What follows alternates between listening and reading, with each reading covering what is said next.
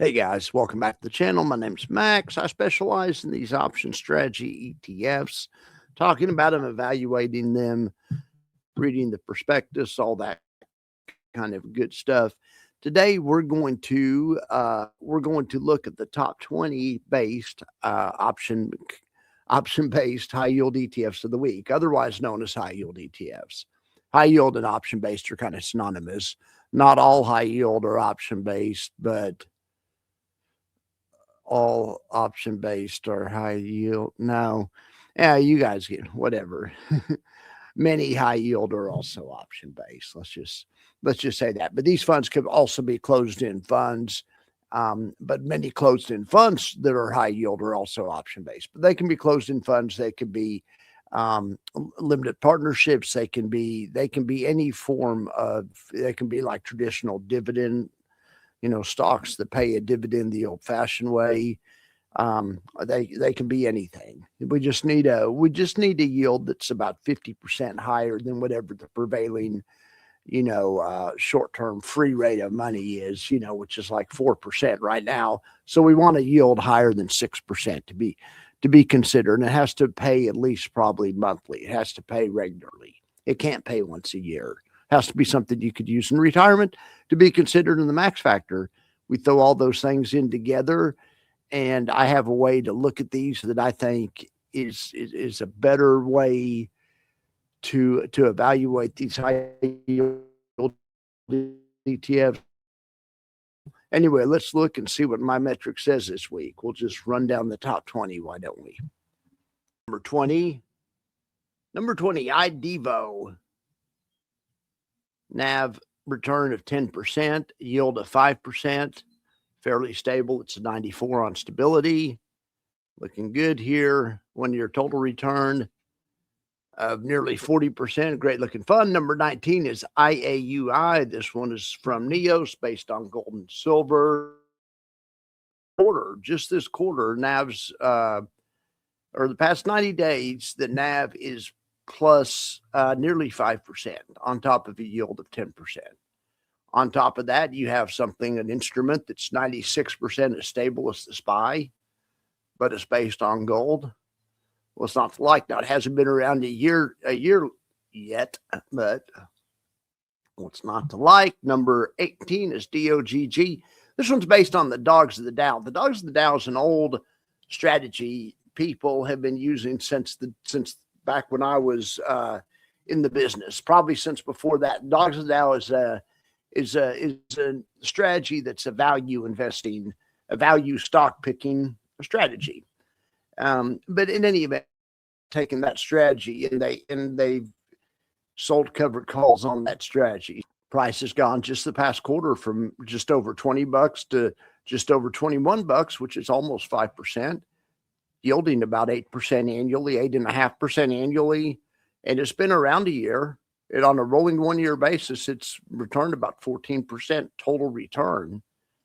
So if you figure it's yielding about 9%, that means it had some positive NAV return in that past year also. Now this just reflects the past quarter. What we're looking at here is the past quarter, but you can just tell the numbers infer the numbers infer positive NAV return for the past year, which is good. Number 17.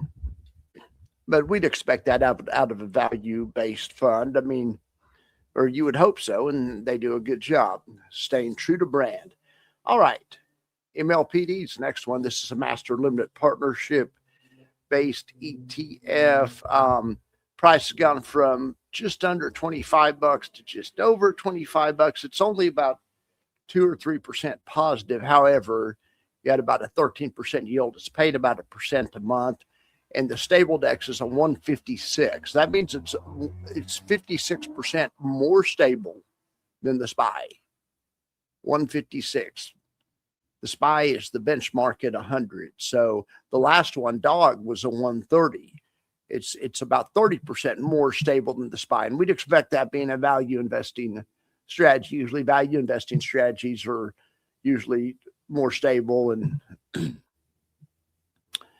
all right, next we have RIV. Now this is a closed-end fund. Let's take a look at this RIV. This is a opportunity, River North Opportunity Trust or something, closed in fund. The guys on my Discord got me into these closed in funds. Thank you. Multiple guys, especially SB, but other ones too, Mayor and several others like these. And I can see why these can play a big role in retirement. Pays you a monthly check. It looks like it has pretty steady NAV. Anyway, however you want to look at it, River North Opportunities Fund, however you want to look at it, it was good enough to be the 16th best, relative to all these other closed-in funds and funds we look at, limited partnerships and whatever else. So it's a 110 on stability. Or 111. More stable than the broader market. NAV up 3%, yielding about 1% a month. This could help in retirement. 1 year total return of 13%. That's not bad. Number 15 is Chippy. Chippy's from YieldMax. This is based on microchips. This thing 90 days ago was just over 58, and now it's just over 60. In fact, it's up $2 exactly to the penny in the past 90 days, which equals a NAV return of 3.43%. And they're paying a yield of about 35% or about 3% a month. Now, these guys pay weekly, so 3% a month weekly. They're probably paying around 0.75% a week, something like that, give or take. I mean, of course, it's going to vary. It's going to go up and down. But on average, stable DEX is a 46, not very stable. And that meaning they're about half as stable, 46%. This past quarter, they've been 46% as stable. So in other words, about twice as volatile as the SPY. But they're microchips. We'd expect it as tech. All right, next we have WEEI. This is from Westwood. This is an energy infrastructure fund. NAV on this thing solid. It's gone from $20.82 to $22, being a 5% positive NAV return. Yields that 12%, so it's making you about 1% a month. That could help in retirement. Stability is an 86. It's about 86% as stable as the SPY, or at least it has been. 1 year total return on this thing is 6%. We have some energy fund. We have MLPD and WEEI, which are both energy-based, energy infrastructure and pipeline type things. And I think we're going to have some more energy on here in a second. Anyway, next we have GLDI. This one's based on gold. Now, this one kind of has a high price, but in any event, its high price went even higher. It went from 179 and change.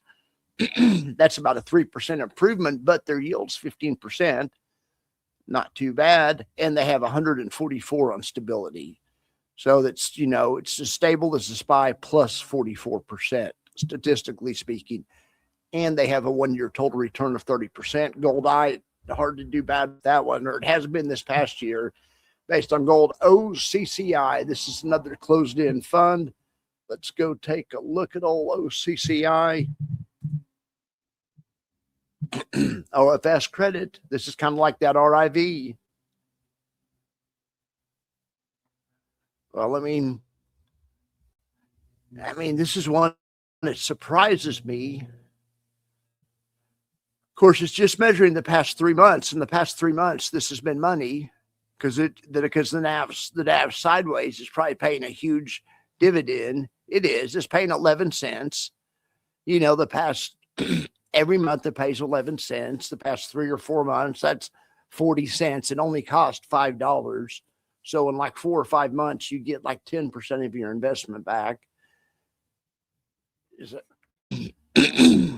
Yeah. So over the course of a year, you might have 60, 70%.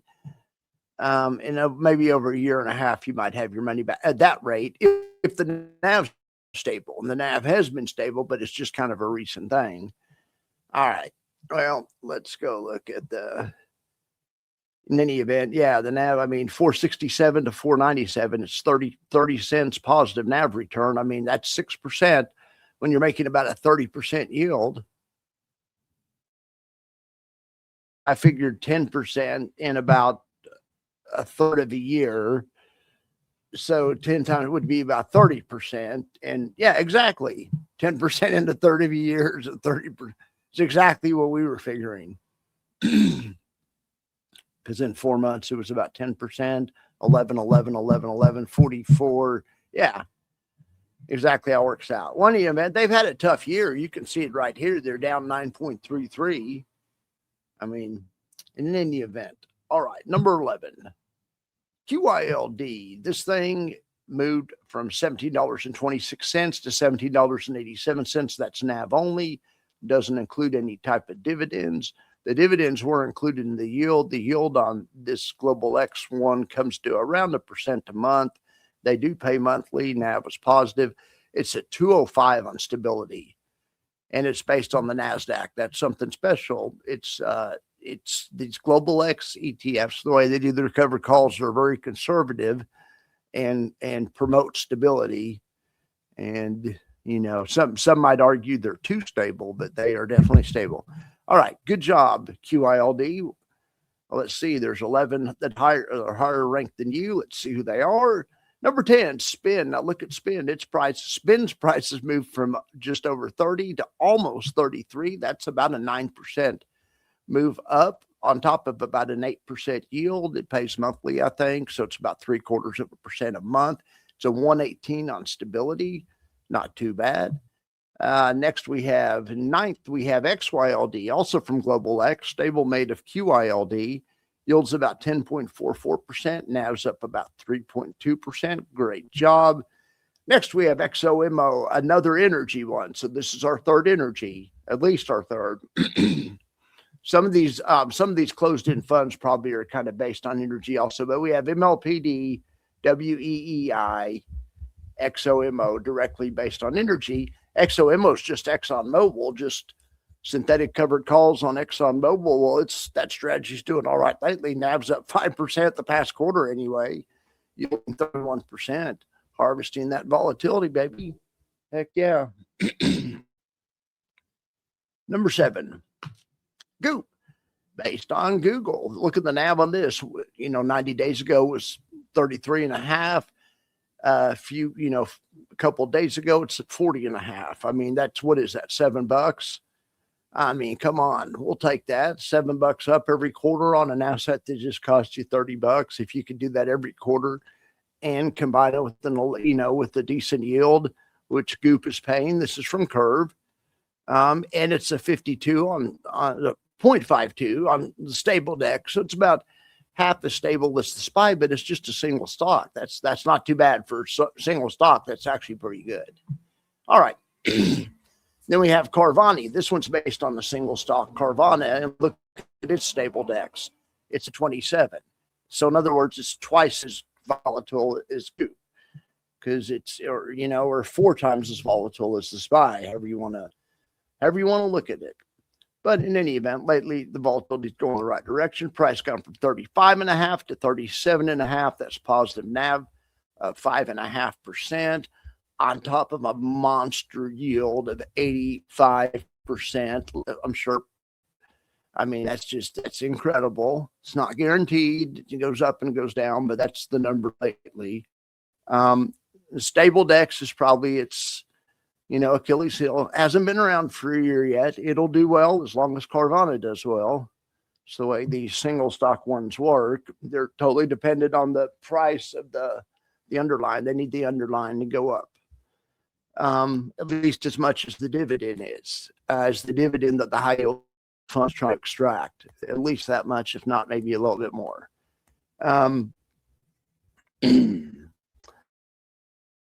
Based on silver, look at this one. Price went from 95.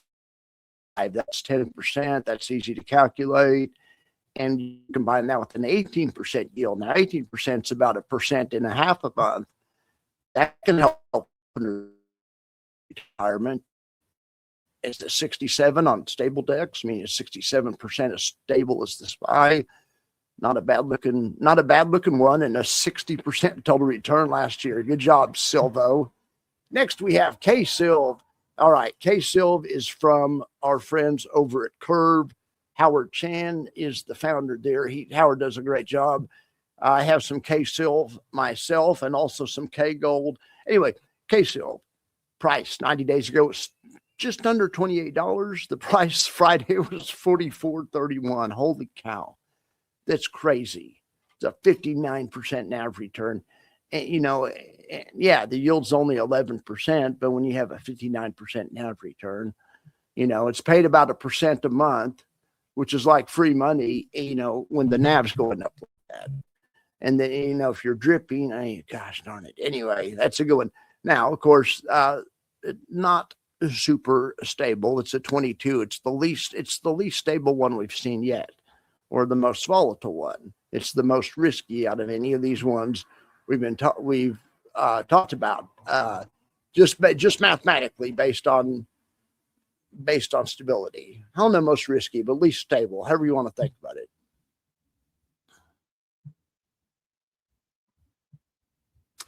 Number 3 is GUI based on Google. Look at this one. Price went from just under 14 to just under 15 in 90 days. We'll take that. Now return 7% plus a yield of 42%. Heck yeah.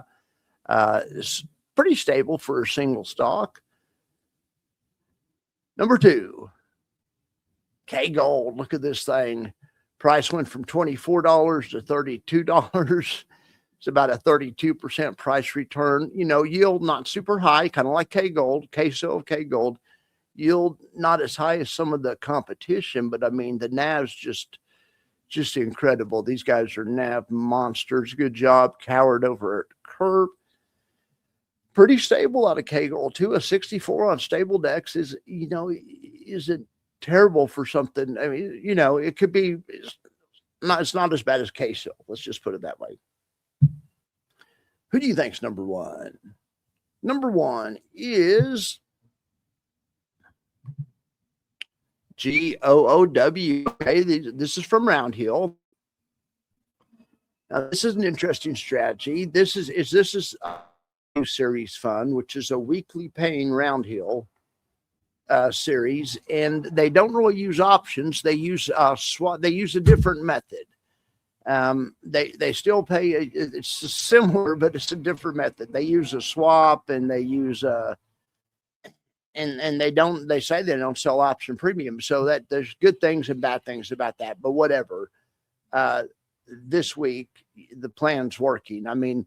Price is down, went from just 61.5 to $74. It's about 20% NAV return. Now they use a little bit of leverage. They use 20% a week. Use a little bit of leverage, and they use a total return swap to pay the yield. And like I say, you don't have to do covered calls to be in the max factor. A lot of these are covered call funds, but we also have closed-end funds, master limited partnerships, total return swaps, and we also have them. We're getting some more, or a lot of auto callable bonds.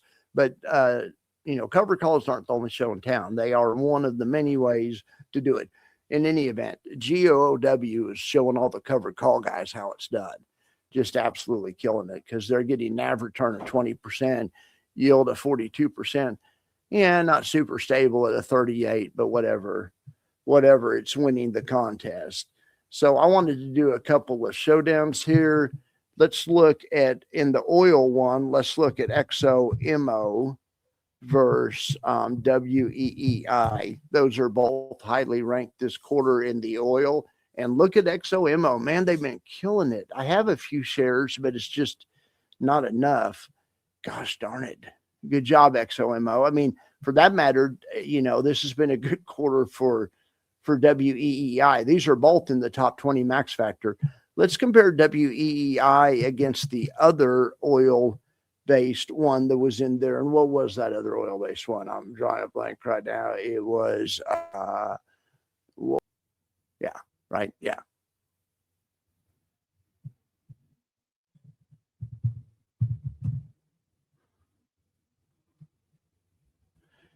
I mean, once again, no real losers here. WEI does look a little better than MLPD. No real losers there. Now let's compare a few. Let's have a showdown on a few of the golds. Let's look at IAUI and let's look at against K Gold. And it started off rough for gold. I mean, this quarter started off rough, but they've come back strong. And over this time frame, IAUI looks better. Let's look at IAUI. What else do we have on there? We had Gold Eye. Let's check out Gold Eye. Well, now that's a close contest right there. I mean, that is a toss-up. Anyway, there's lots of good choices. The Max Factor gives you lots of good choices. It's not a science. It's not a